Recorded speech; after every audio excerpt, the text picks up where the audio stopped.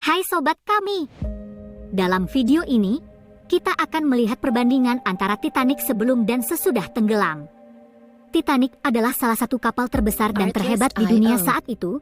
Namun pada tengah malam 14 April 1912, Titanic menjadi satu-satunya kapal raksasa yang tenggelam dalam sejarah. Perkembangan dari bangkai Titanic di dasar lautan menarik untuk dipelajari. Spesifikasi Titanic sebelum dan sesudah tenggelam. Perubahan mencolok Titanic dari kapal terbesar menjadi bangkai di dasar samudera. Titanic adalah kapal penumpang megah yang tenggelam di Samudra Atlantik pada 14 April 1912 dalam perjalanan perdananya dari Southampton ke New York City. Setelah tenggelam, Titanic menjadi salah satu bangkai terkenal di dunia. Sebelum tenggelam, Titanic adalah kapal terbesar dan termewah di dunia dengan panjang 882 kaki, 269 meter, dan lebar 92 kaki, 28 meter. Kapal ini memiliki 16 dek dan kapasitas penumpang 3.547 orang. Selama pelayaran pertamanya, Titanic merupakan kapal penumpang terkuat yang pernah dibuat dan digunakan oleh perusahaan pengangkut penumpang terbesar di dunia, White Star Line.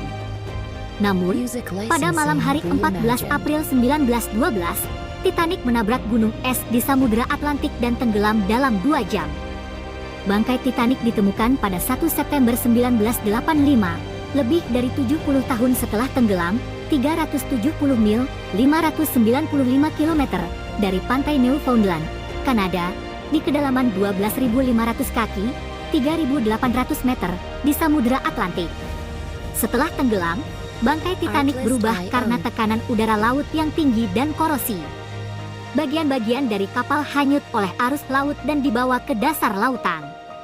Selain itu, berbagai makhluk laut juga telah membangun sarang di bangkai Titanic, termasuk kepiting, ikan, dan burung laut.